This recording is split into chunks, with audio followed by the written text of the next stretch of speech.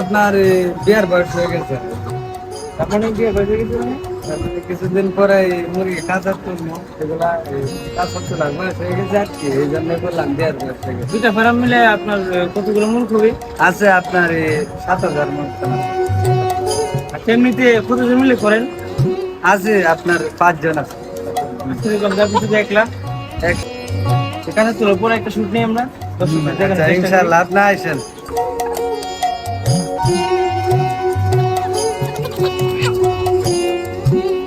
এগুলা ভাই অনেক যত্ন রাখি ভাই।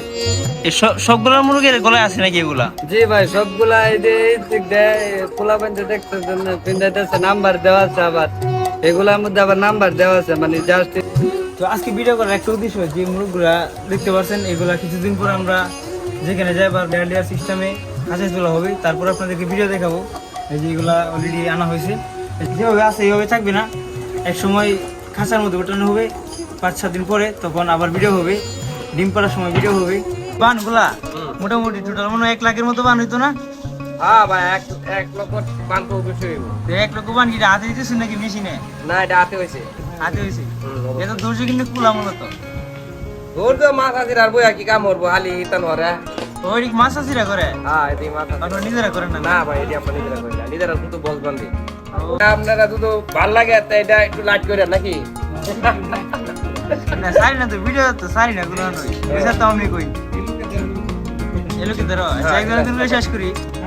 এলোকে কি টিকটকার নাকি? এটা না হেলো সুস্তা ও আচ্ছা, তো এই সাথে ধরো যাইছি।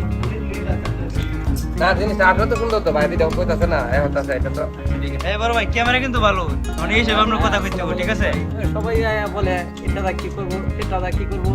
পুরো বলেন ভাই। ভাই এটার মধ্যে লেয়ার মুরগ থাকবো, একটা কুকের মধ্যে 3টা করে মুরগ থাকবো ভাই, বুঝছেন? এটার মধ্যে ডিম দিব, ডিম পরে খাইবো, বুঝলেন ভাই? ডিম কি মুরগি খাইবো নাকি? আপনারা যদি আপনারা খাসা লাগে আপনারা বলবেন, এই হাসার নাম্বারে যোগাযোগ করবেন। আচ্ছা, নাম্বারটা বলেন, এই নাম্বারটা দিয়ে দিই ভিডিওর সামনে।